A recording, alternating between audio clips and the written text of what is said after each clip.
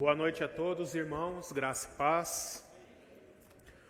Hoje, o nosso quarto estudo, quarta-feira aqui da série Apocalipse Fácil.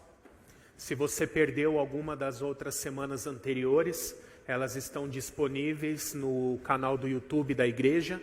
Você pode assistir novamente ali para poder se inteirar em toda essa sequência de estudos. E hoje nós vamos tratar um assunto que eu acredito ser o que o pessoal mais costuma ter curiosidade, o período tribulacional. Deixa eu ver aqui se o slide já está ok. Vamos ver. Aqui para mim está ligado. Aí. Os meus livros vocês já conhecem, coleção Teologia Fácil. Tem alguns exemplares ali no hall de entrada, vocês podem ver depois com calma na saída. Mas hoje eu quero falar sobre o período tribulacional. Então, para que nós possamos entender o período tribulacional, a primeira coisa fundamental é entender como Deus subdivide a humanidade escatologicamente, ou seja, no tocante às profecias bíblicas. Deus subdivide toda a humanidade em 3 grupos: Israel, Igreja e os gentios. Quem é cada um desses grupos? A Igreja é formada por todos aqueles que entregaram suas vidas a Jesus Cristo como único Senhor e Salvador, desde ali de Atos 2, da época dos apóstolos, passando por todos os séculos até chegar em nós e até o momento em que ocorrer o arrebatamento da Igreja, tanto com os cristãos que já morreram em Cristo, quanto nós os ainda vivos. Então este grupo é a igreja, formada por judeus e gentios. Quem é o grupo Israel? São os judeus étnicos, descendentes de Jacó, que reconhecem o Antigo Testamento, seguem a lei de Moisés, mas ainda não reconhecem Jesus como Messias, como Senhor e Salvador. Este grupo Deus tem propósitos específicos a tratar com eles durante a tribulação. É um grupo escatológico. E quem sobra são os gentios ímpios. Então perceba que não é possível fazer parte de mais do que um desses grupos ao mesmo tempo. Porque por nascimento, a pessoa vai nascer ou judeu ou gentil.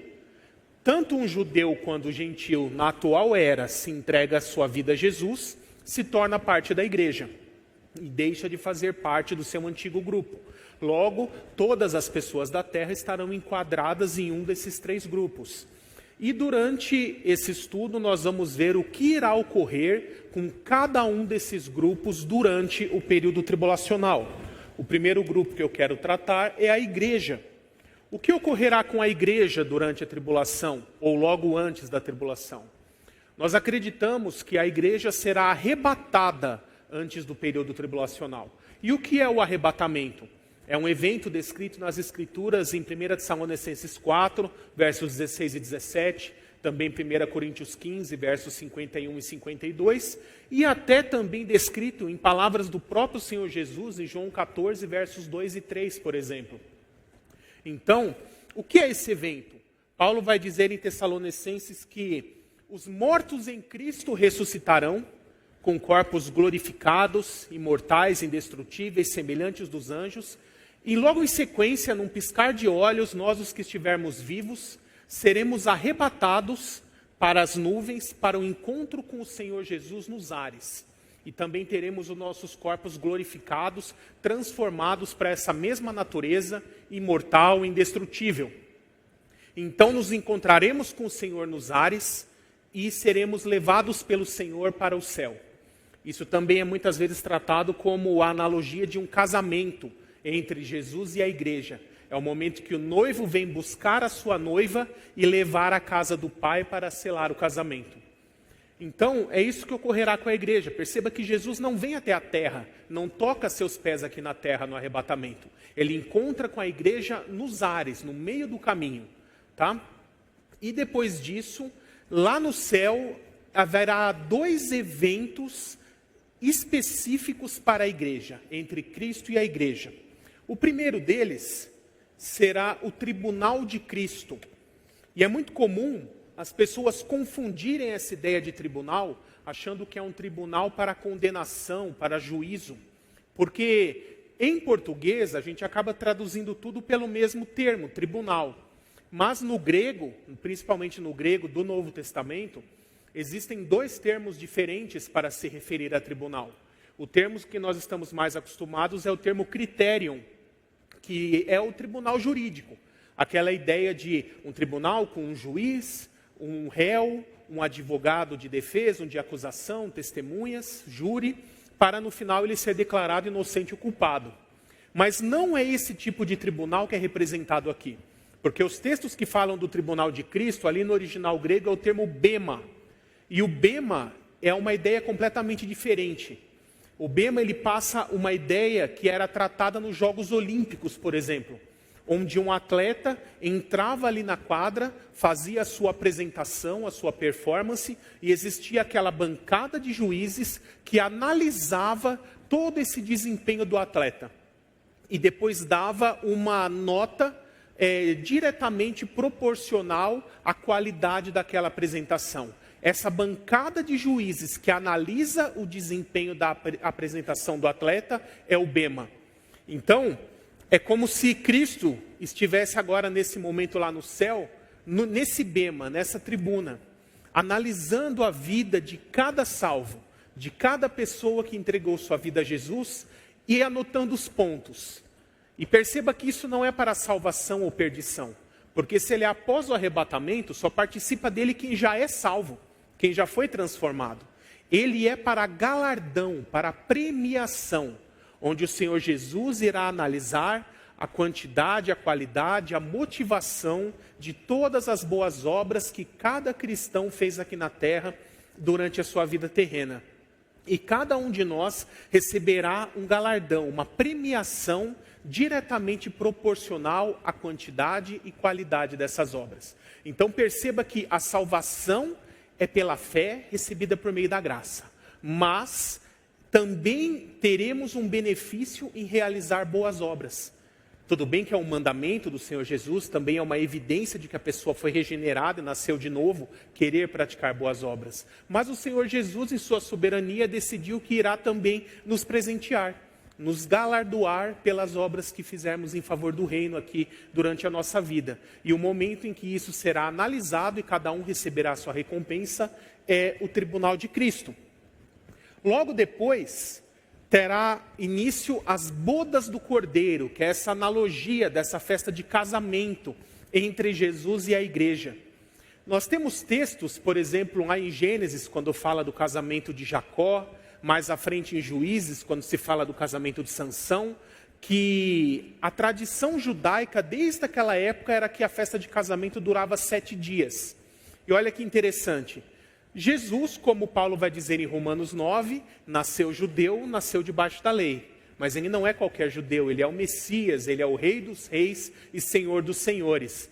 Por isso, em vez de 7 dias da festa de casamento dele com a sua igreja, será uma festa de 7 anos.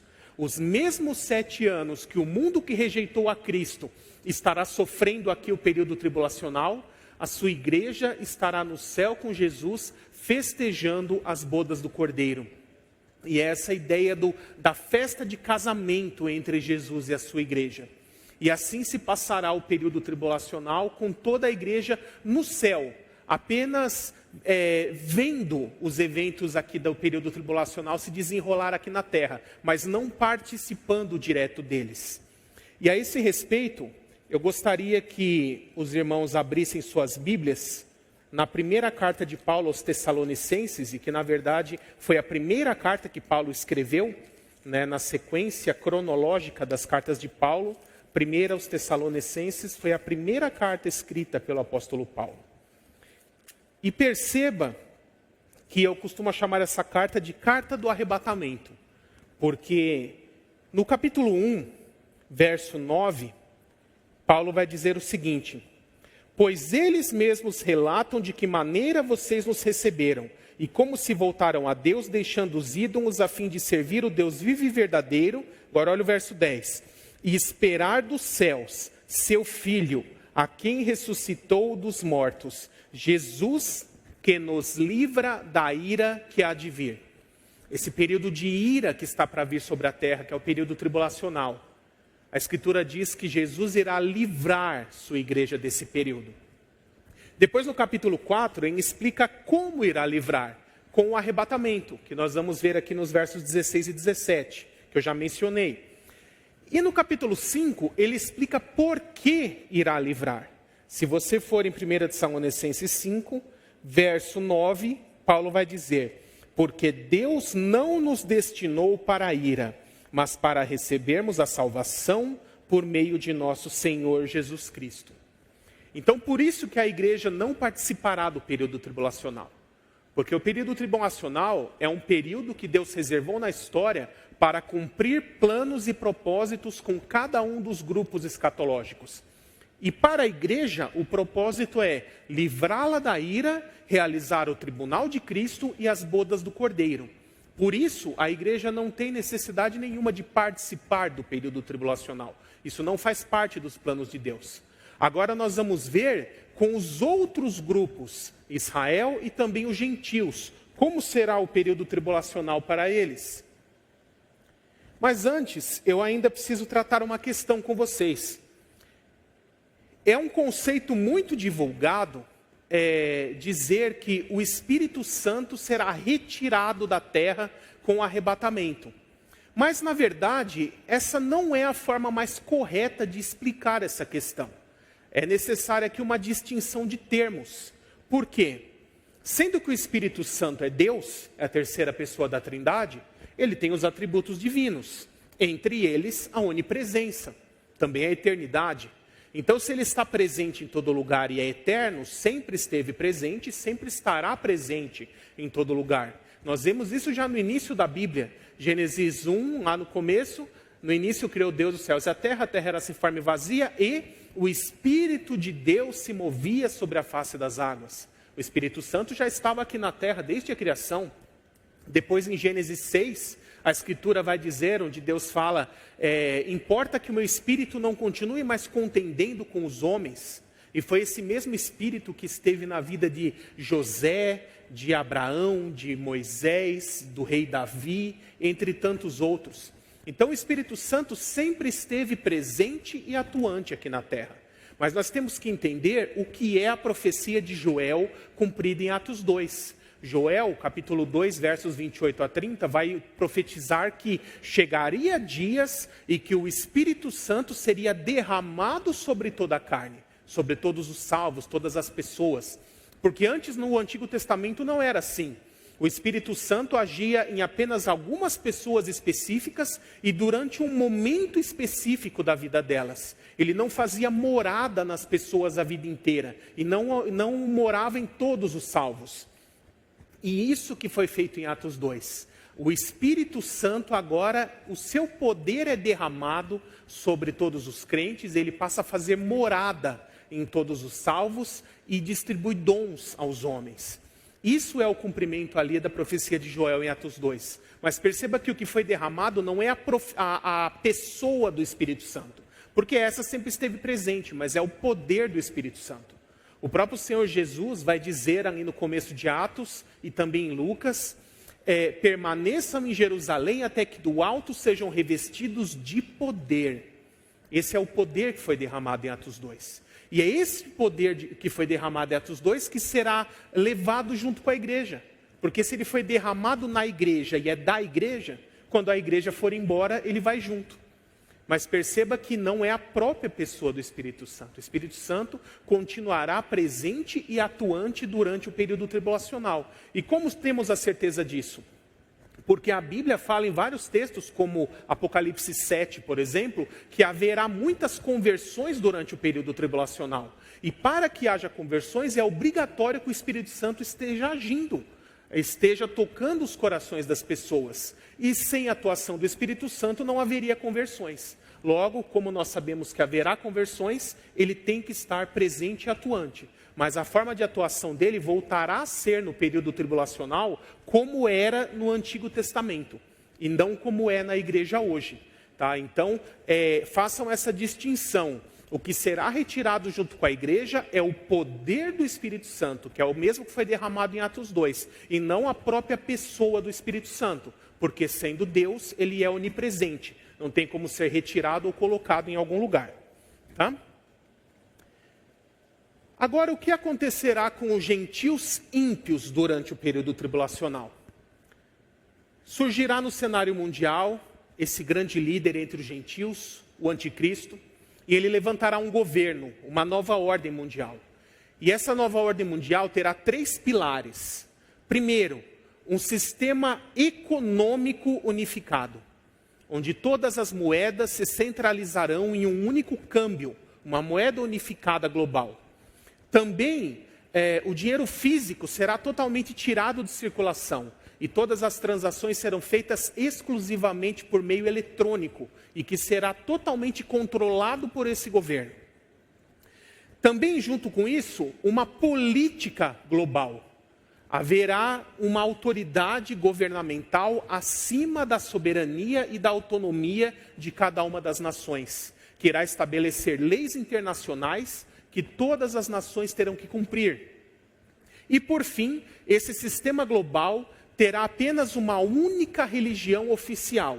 E esta é a única religião que será permitida e tolerada durante esse governo. Todas as demais serão consideradas clandestinas e a sua prática será considerada crime, será criminosa.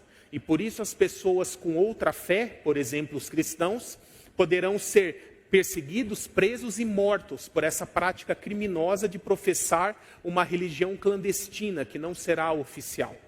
Esses são os 3 pilares do governo do anticristo, que será estabelecido durante o período tribulacional. E aí eu preciso entrar aqui em alguns personagens. Primeiro, quem será o anticristo? A Bíblia fala em diversos textos a respeito desse personagem, apesar de não o chamar de anticristo em nenhum texto.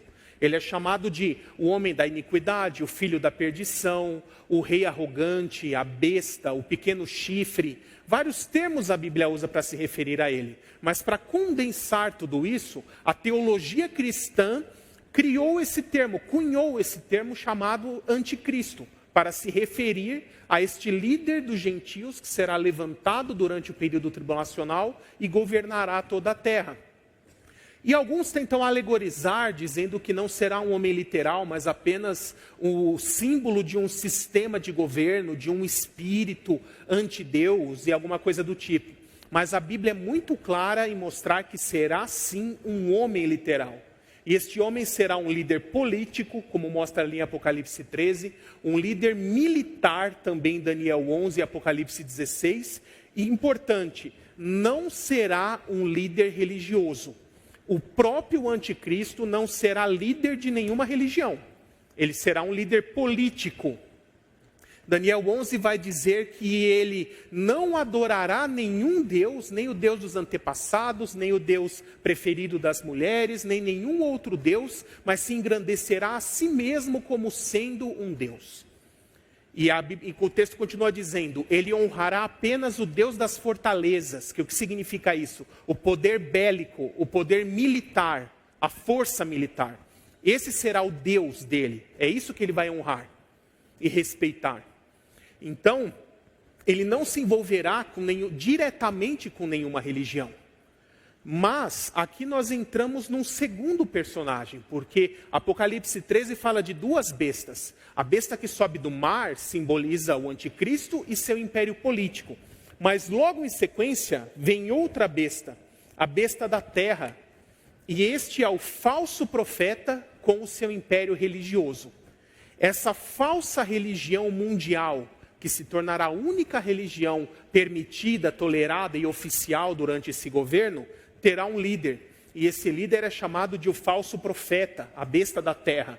Ele também será um homem literal, e este sim será um líder religioso, mas não só religioso, também será um líder militar, e se envolverá diretamente em guerras, como a guerra do Armagedon, que eu vou entrar em detalhes mais daqui a pouco. Então, essa dupla será quem fará o governo. E aqui depois, na verdade eu até já posso entrar nesse assunto, né?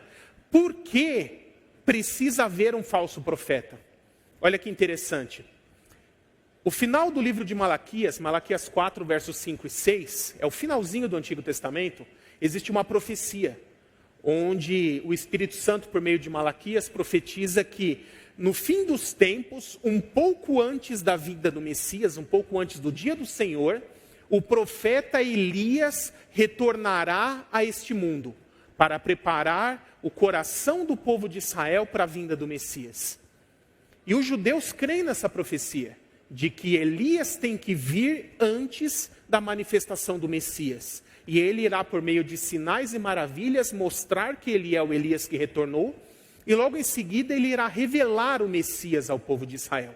Ele vai apontar esse líder e falar, ele é o Messias, sigam-no.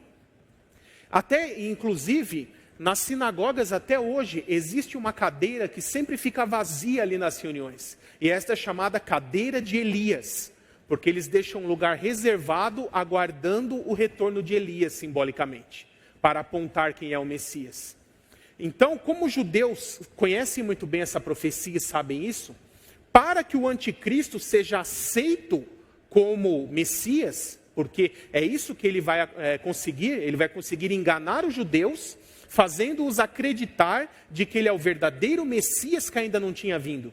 Por isso Jesus fala ali no Evangelho de João, eu vim em nome de meu Pai e vocês não creram, mas no futuro vai vir outro em seu próprio nome, e nele vocês irão crer. Ele já estava falando ali do anticristo que viria como um falso Messias no futuro.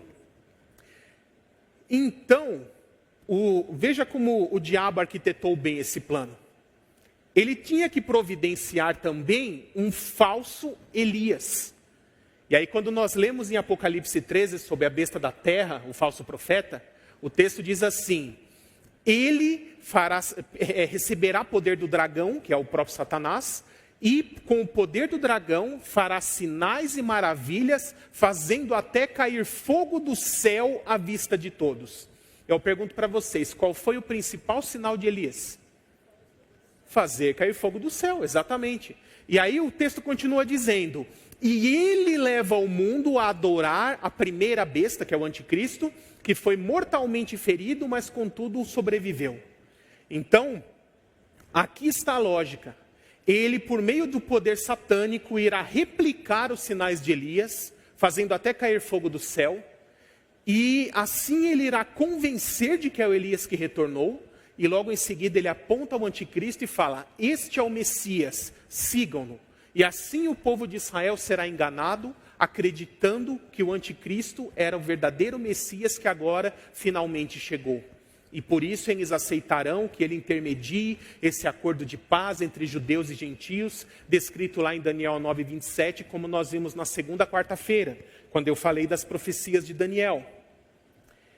E o falso profeta também instituirá um dispositivo que a Bíblia chama de marca da besta. E essa marca, ela tem uma finalidade bem específica. O texto diz, sem ela ninguém poderá comprar nem vender coisa alguma. Estará totalmente excluído do sistema financeiro mundial. E o termo grego ali, traduzido como marca, é caragma. Caragma vem da raiz carax, que significa uma marca causada por algo que perfura a pele.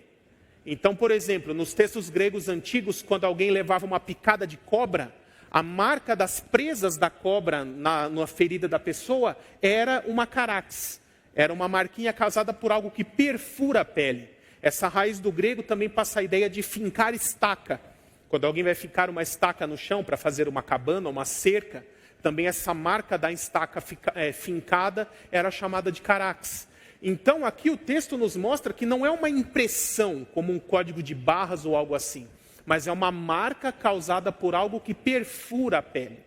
Então isso nos leva a acreditar que será um dispositivo tecnológico, que de alguma forma será feita uma incisão na pele, ele será inserido sobre a pele e ficará debaixo da pele. E nós já sabemos que existe essa tecnologia dos chips, como o Mondex, por exemplo, que serve para diversas finalidades, cartão de banco, de débito, crédito, histórico médico da pessoa, todos os documentos digitais da pessoa.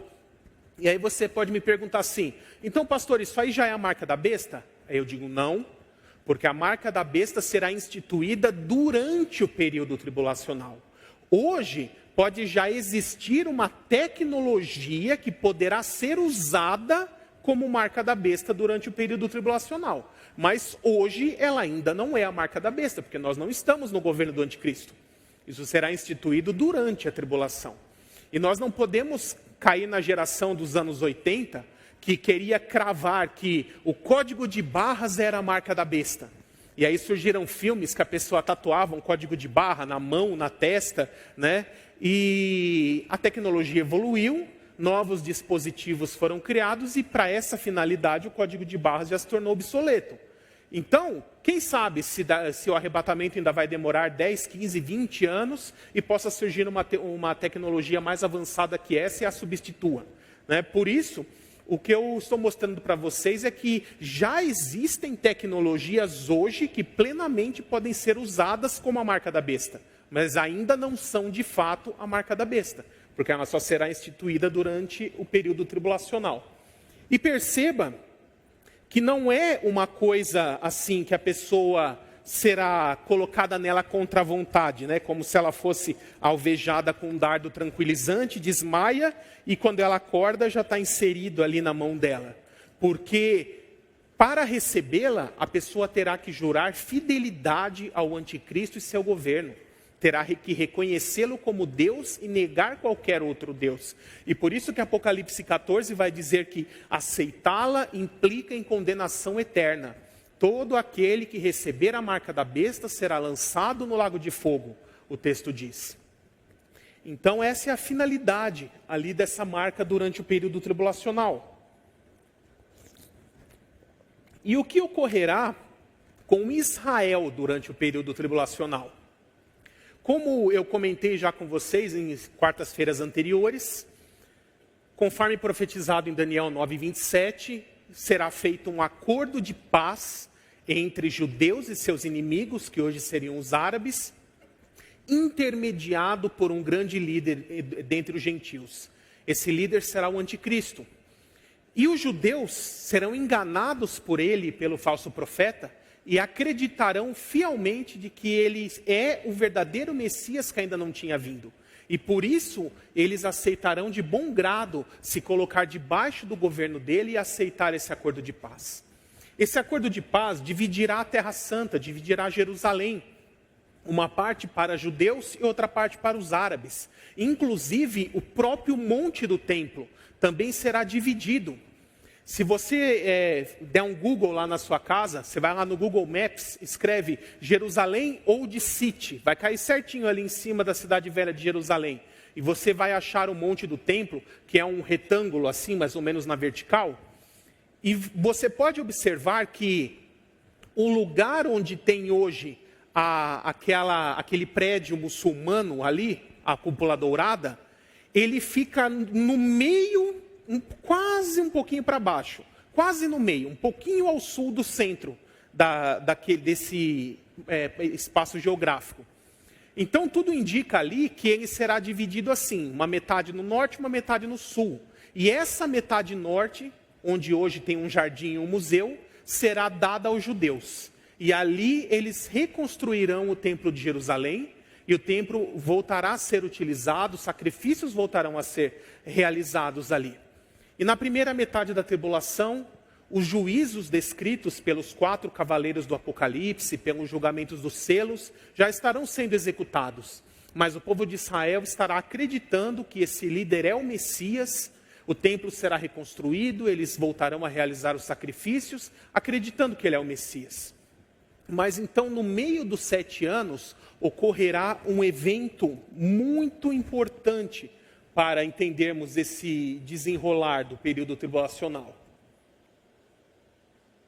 Mas antes eu preciso falar de outros detalhes. A Bíblia fala, em Apocalipse 7, também Apocalipse 14, que Deus, nesse período, levantará 144 mil homens de todo Israel.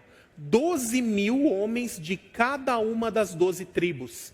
E isso é literal, porque como a igreja não estará mais aqui na terra, essa será a força de trabalho que Deus irá levantar para evangelizar o mundo durante o período tribulacional. Eles não estarão todos ali em Israel, eles estarão espalhados por todo o mundo. E nós, humanamente falando, não temos como saber com exatidão quem são cada um dos descendentes de todas as 12 tribos de Israel. Mas com certeza Deus o sabe. E Ele soberanamente irá escolher 12 mil de cada tribo e se revelar a cada um deles de uma forma tão impactante como Deus fez com Paulo ali no caminho de Damasco. Porque cada um desses 144 mil são judeus que já creem na Bíblia, já creem em Deus, né, no Antigo Testamento da Bíblia, só não conhecem Jesus. Igual Paulo, quando ainda era Saulo. Então, da mesma forma que Deus se revela a Paulo no caminho de Damasco, irá se revelar a cada um desses homens, eles irão crer em Jesus, se converter, receber o Espírito Santo e se tornarão pregadores do Evangelho, testemunhas de Cristo. Agora imaginem comigo, se um Paulo fez o estrago que fez, estrago no bom sentido, no mundo greco-romano durante o primeiro século, imagine o que seria capaz de 144 mil Paulos espalhados pelo mundo fazendo ao mesmo tempo. Eles serão os responsáveis por concluir a evangelização mundial e a obra missionária durante o período tribulacional. Eles serão o remanescente que irão concluir a pregação do evangelho no mundo. E da mesma forma que eles são pregadores para os gentios, Deus também separou pregadores para os próprios judeus. E estes são as duas testemunhas. Apocalipse 11 vai dizer: darei poder às minhas duas testemunhas, e eles profetizarão, vestidos com pano de saco, durante 3 anos e meio. E aqui nós vemos que esse período é a primeira metade dos 7 anos de tribulação. O tempo em que o povo de Israel estará acreditando que o anticristo é o Messias. Perceba que Deus enviará esses dois personagens justamente para que o povo de Israel seja alertado do engano. E o texto bíblico em Apocalipse 11 vai dizer: eles receberão poder para fechar o céu para que não chova, ferir a terra com pragas, transformar água em sangue. E se alguém tentar lhes causar mal, sairá fogo de sua boca e consumirá os seus inimigos. Então eles terão essa unção, essa capacitação especial da parte de Deus para protegê-los. E eles ficarão lá em Jerusalém durante 3 anos e meio, testemunhando que o verdadeiro Messias é Jesus, que veio a este mundo 2000 anos atrás, foi crucificado, morreu, ressuscitou e subiu aos céus. E em breve voltará. E aquele que está lá no governo, no trono, é o falso Messias, é o anticristo. Mas infelizmente, durante esse período de testemunho, poucos acreditarão. E o texto bíblico diz que ao final desses 3 anos e meio, Deus permitirá que o anticristo os persiga e os mate. E os seus corpos ficarão expostos na praça de Jerusalém por 3 dias e meio, não sepultados. E olha que interessante, o texto diz que pessoas de todo o mundo verão os cadáveres não sepultados desses homens e se alegrarão, porque aqueles 2 profetas que os incomodavam finalmente foram mortos. Talvez para quem leu esse texto há 100 anos atrás ou mais, eu acho que a primeira pergunta que surgiria na cabeça da pessoa é: que tamanho de fila seria essa para caber as pessoas do mundo inteiro fazendo fila para ir lá ver os cadáveres deles? Já pararam para pensar isso? Mas perceba como a profecia é para a nossa era. Porque Deus, em sua onisciência, já tinha previsto que a tecnologia humana criaria os meios de comunicação, televisão, satélites de comunicação, internet. E hoje, qualquer pessoa facilmente pode fazer uma transmissão ao vivo no YouTube, no Facebook, no Instagram, e transmitir ao vivo eventos acontecendo em qualquer lugar do mundo, em tempo real. E perceba que a profecia bíblica não diz as pessoas irão lá, O texto diz, pessoas de todo mundo verão seus corpos não sepultados. Não está dizendo que eles vão ir lá, está dizendo que eles verão. E hoje, com a tecnologia que nós temos de transmissão remota, isso é plenamente possível. Então perceba que são profecias para se cumprirem em nossa época, que não teriam como ser cumpridas há 100 anos atrás ou mais. E surge uma pergunta aqui. Aliás, depois de eu continuar falando primeiro o ministério das duas testemunhas. Então, depois desses 3 dias, de repente, começa um estrondo. E esses 2 homens ressuscitam à vista de todos. Então imagina lá, a live no YouTube, todo mundo vendo e festejando. E lá os cadáveres, de repente, pum, os 2 levantam. No meio da live, milhões de visualizações e todo mundo vendo. E aí ouve-se uma voz do céu, Deus falando, subam para cá. E forma-se como que um tornado ao redor deles, e eles começam a subir e são conduzidos aos céus.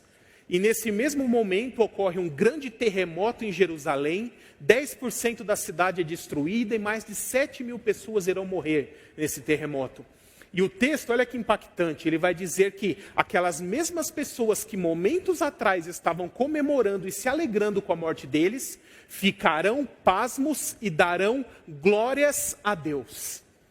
Você já pensou que ímpio vai dar glória a Deus? Não é crente aqui, ímpio vai dar glória a Deus. De tão feia que a coisa vai ser ali. E perceba que este evento, a ressurreição e ascensão das testemunhas, ela irá automaticamente autenticar a mensagem deles de forma inquestionável. Porque eles ficaram ali 3 anos e meio, Jesus é o verdadeiro Messias, esse aqui é o falso. E ninguém acreditava. Daqui a pouco, os 2, 3 dias mortos ressuscitam e sobem aos céus na vista de todo mundo. O que os judeus vão falar na hora? O que eles estavam dizendo é verdade. E se Jesus é o verdadeiro, então esse aqui é o falso.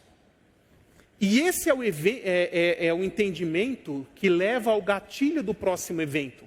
Que no meio dos 7 anos, o anticristo quebrará o seu acordo, colocará um trono no templo de Jerusalém, se assentará nesse trono, colocará uma imagem sua para ser adorada no templo e exigirá que todos o adorem e os que não o fizerem serão decapitados.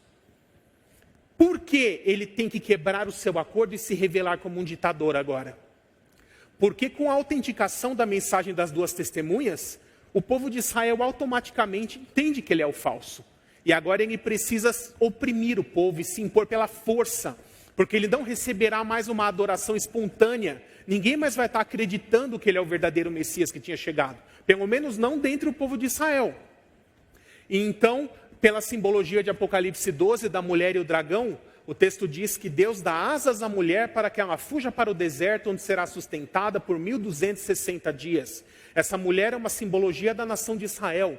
Deus providenciará que o povo de Israel fuja para o deserto, onde Deus o sustentará durante os 3 anos e meio finais da tribulação. E olha que interessante, fugirá para o deserto. Isso foi escrito 2000 anos atrás. E depois da criação do novo Estado de Israel, em 1948, você sabe onde estão construídas as bases militares secretas do exército israelense? No subsolo do deserto do Negueb, ao sul de Jerusalém. Então, até o lugar para onde eles irão já está pronto. Foi construído tudo lá. Mesmo os judeus não acreditando no Novo Testamento, não acreditando que João escreve no Apocalipse, eles construíram suas bases militares no exato lugar em que João no Apocalipse disse que o povo de Israel iria ficar durante a segunda metade da tribulação. Né? Cumprindo exatamente a profecia como foi entregue há 2000 anos atrás. E então, o anticristo, ele agora dá um novo passo no seu plano.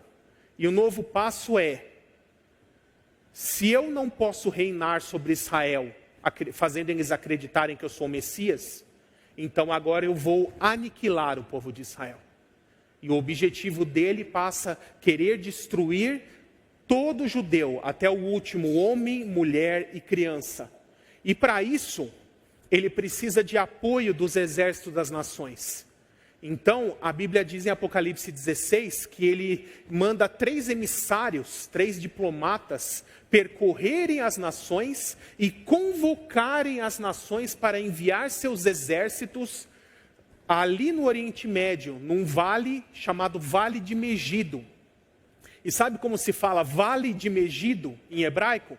Har Megidon, que transliterado em grego se vira Armagedon. Então, Armagedon, na verdade, é um lugar, é um lugar geográfico, é um ponto geográfico. É um vale que tem cerca de 300 quilômetros de extensão, que conecta ali desde Jerusalém até o extremo norte do atual Estado de Israel.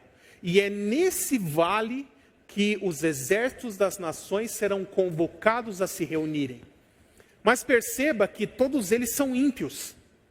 E os ímpios têm a tendência de trair uns aos outros. Então, o que o anticristo faz? Ele não fica em Jerusalém esperando. Daniel 11 vai dizer que ele sai de Jerusalém e vai ali fazer o seu acampamento no Megido, já com os seus exércitos, para aguardar as nações chegar. E também a profecia bíblica em Daniel 11 diz que o mundo se organizará em 4 grandes blocos continentais de exército, que a Bíblia vai chamar de reis do norte, do sul, do leste e do oeste.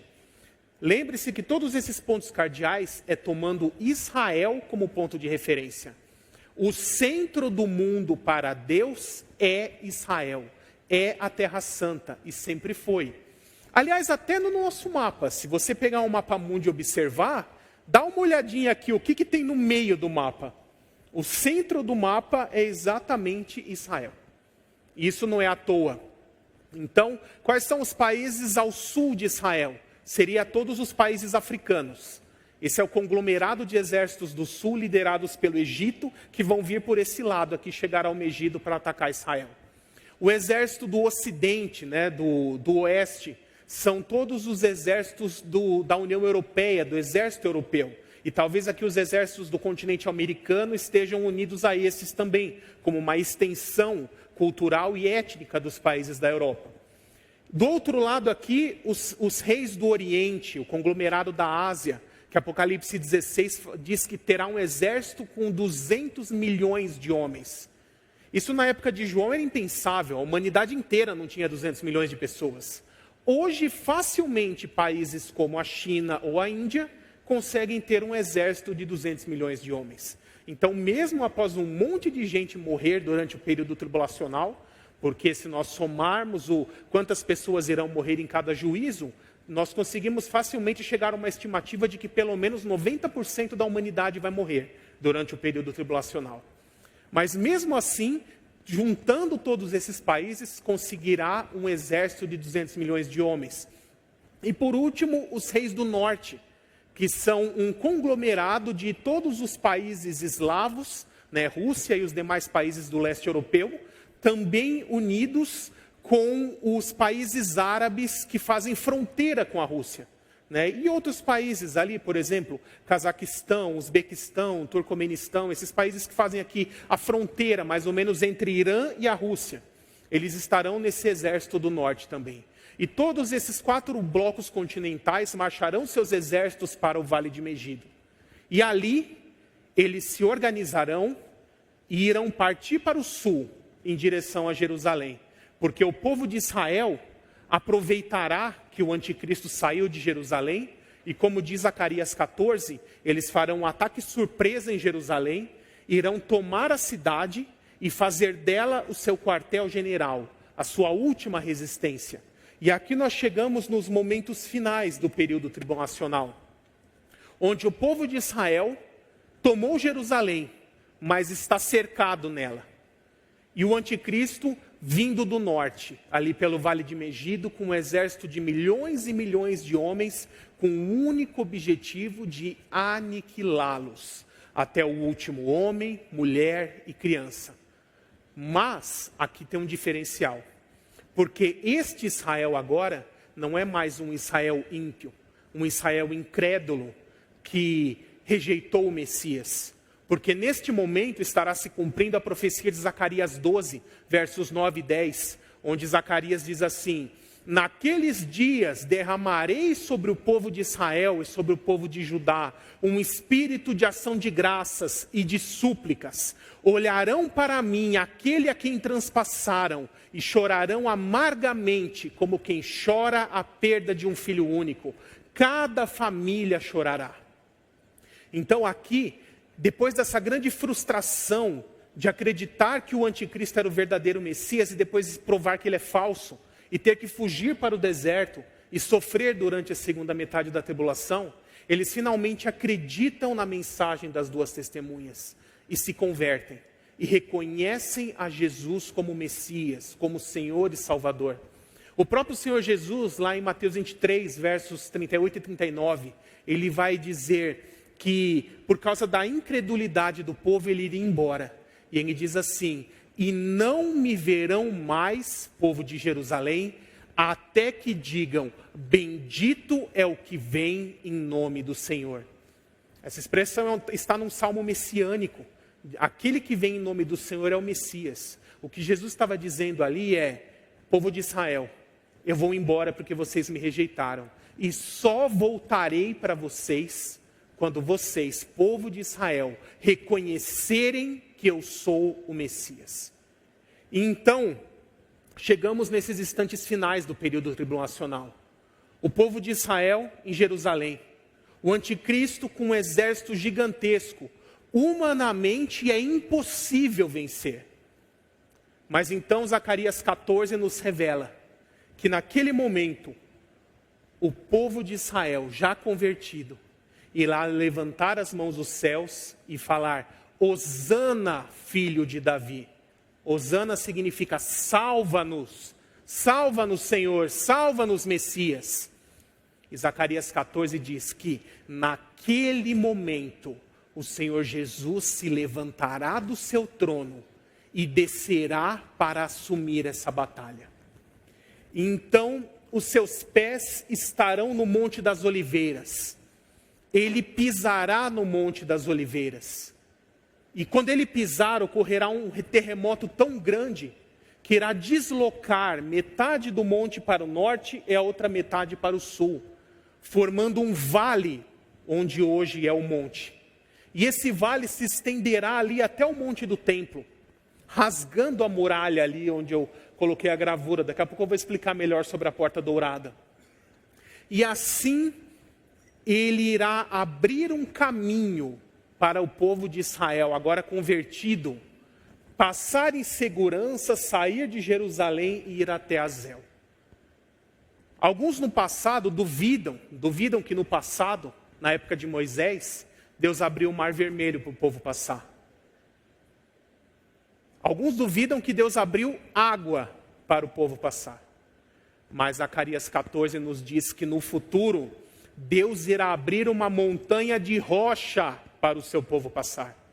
O que é mais difícil, irmãos? Abrir água ou abrir rocha? O nosso Senhor vai abrir rocha para o seu povo passar. Então todo o povo de Israel atravessará em segurança nesse vale. E quando o anticristo chegar ali pelo outro lado, achando que a vitória é garantida, ele vai dar de cara com o Cristo glorificado e seu exército celestial. E a Escritura diz que pelo sopro de sua boca, pela manifestação de sua glória, ele irá aniquilar totalmente o exército do anticristo e dará ordens às aves dos céus.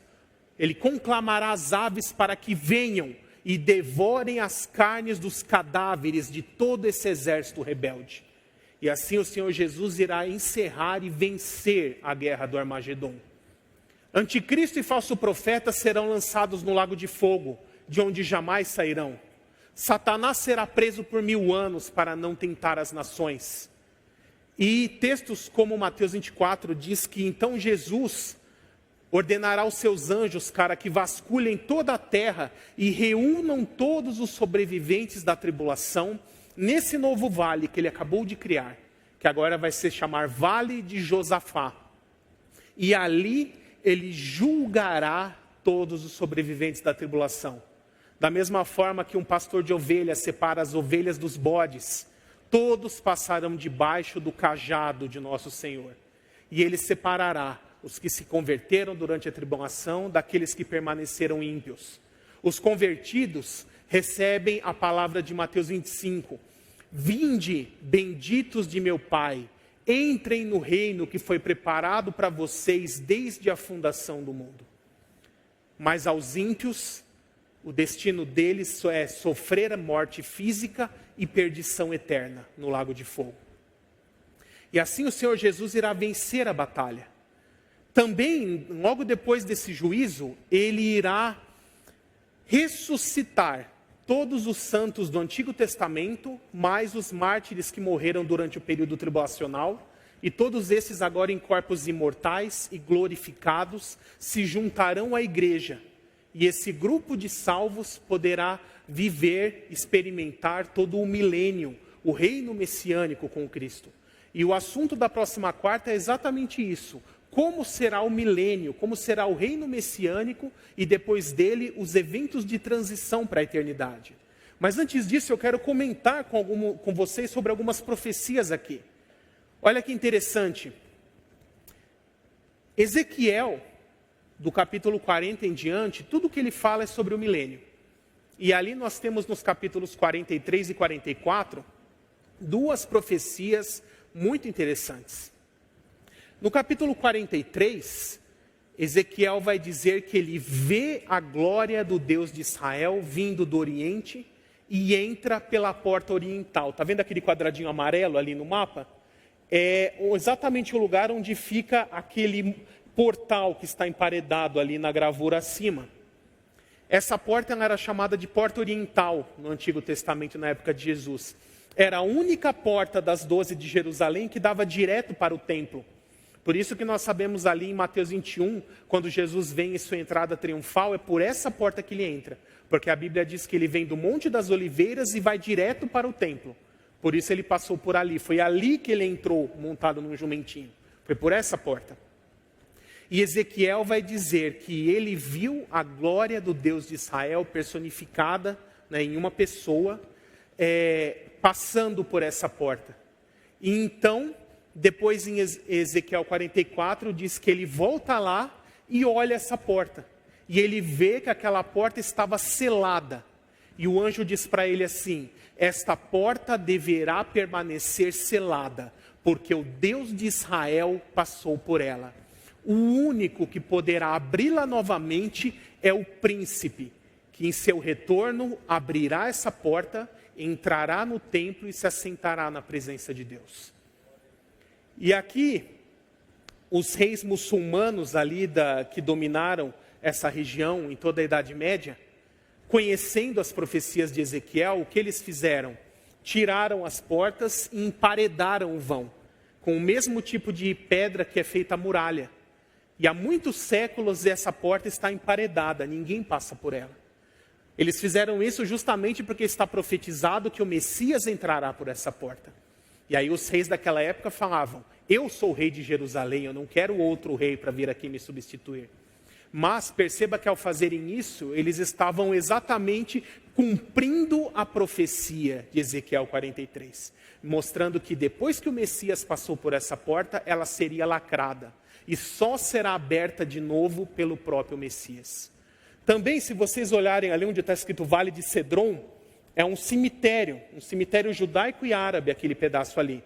E por que o Império Otomano, principalmente, transformou toda aquela região num cemitério? Porque existem textos bíblicos, como Zacarias 6,12, por exemplo, e até a carta aos Hebreus, que nos informam que Jesus é o sumo sacerdote da nova aliança. Então, o nosso Senhor Jesus, além de Messias, ele é sacerdote também. E Levítico diz que um sacerdote não pode pisar em terreno que há cadáveres, senão ele ficará impuro. Zacarias também diz que o próprio Messias, em seu retorno, na sua função sacerdotal, ele irá consagrar e ungir o templo novamente. Mas como ele poderia fazer isso se pisasse em cadáveres? Ficaria impuro, não poderia fazer. Mas Zacarias 14 já nos deu a resposta para tudo isso. Porque quando ocorrer esse terremoto que rasgar o Monte das Oliveiras ao meio, essa terra contaminada com os cadáveres será deslocada, metade para o norte e metade para o sul, abrindo embaixo terra limpa, terra nova, para que o Messias possa pisar em solo puro. E esse mesmo terremoto irá rachar exatamente a muralha velha nesse lugar da porta oriental, rasgando esse muro, abrindo um caminho para que o povo de Israel saia e para que o Messias entre e cumpra os seus propósitos. E por que essa porta hoje é chamada de porta dourada, né? Só para curiosidade de vocês. Porque como as pedras desse emparedamento são bem polidas, nas primeiras horas da manhã, quando o sol nasce, os raios solares passam por cima do Monte das Oliveiras e atingem bem retinho essas pedras, e elas refletem a luz solar. Então, nas primeiras horas da manhã, dá a impressão de que a porta é feita de ouro, porque ela brilha, refletindo a luz do sol, né? Então, é uma oportunidade muito boa acompanhar o nascer do sol no Monte das Oliveiras, porque você vai ver exatamente quando o sol nasce, a porta começa a brilhar. A porta por onde o nosso Senhor Jesus irá entrar em seu retorno. E aqui eu vou encerrar com vocês os eventos do período tribulacional, mas nós ainda temos muitas coisas. Na próxima quarta-feira nós vamos ver tudo o que vai ocorrer no milênio, o reino messiânico de Cristo, e ainda não é o fim. Depois do milênio, teremos os eventos de transição do milênio para o estado eterno. E ainda teremos a rebelião final de Satanás, a segunda ressurreição, que é a dos ímpios, o julgamento do grande trono branco, que esse é o verdadeiro juízo final. Também teremos a criação de novos céus e nova terra. E aí sim chegaremos na conclusão do plano de Deus para a história da humanidade. Mais uma vez agradeço a presença de todos vocês, que Deus os abençoe, e nós nos vemos na próxima quarta-feira.